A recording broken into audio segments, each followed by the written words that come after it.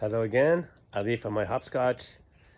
I had to do this video today because I watched a CNBC segment just recently that said they did a survey across the country of all the car buyers and found out that the average car buyer these days is willing to pay as much as $5,300 over MSRP for a new car that they'd like to get.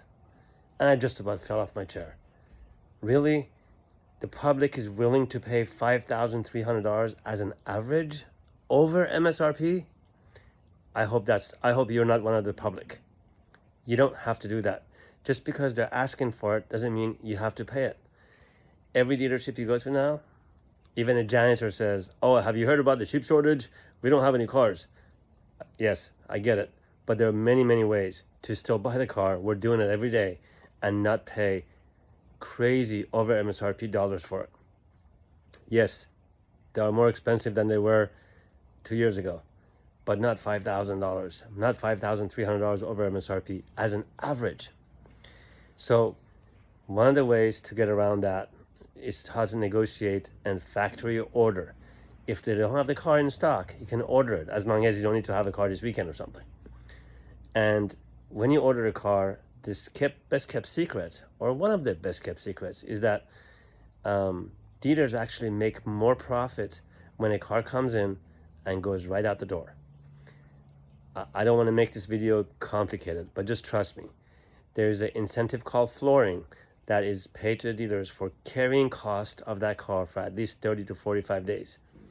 They get that even if they don't carry the car 30 to 45 days. And it's a significant amount of money. So, they can be much more profitable on cars if all they did was sold factory orders. But you need to know who to talk to, what to say, how to say it, so you have a captive audience, because if you're dealing with that car salesman on a showroom floor, first of all, he won't even know what flooring is, and then he will have a standard answer for you.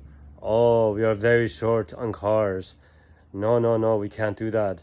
Same thing for factory orders. Okay? Don't do it.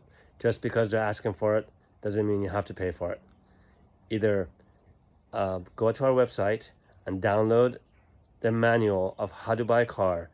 Every single detail you need to know, including how to pick the right salesman to begin with, is on there. Or have someone like us do all the work and negotiate a deal for you. I promise you, with us or anyone that I don't know who they are, but if they work as we do, the few $100s they charge you for doing all the work, it will not be an additional expense. You will make that money 10 times over. Okay? So regardless of how you do it, just because they're asking you doesn't mean you have to pay for it. Have a great weekend.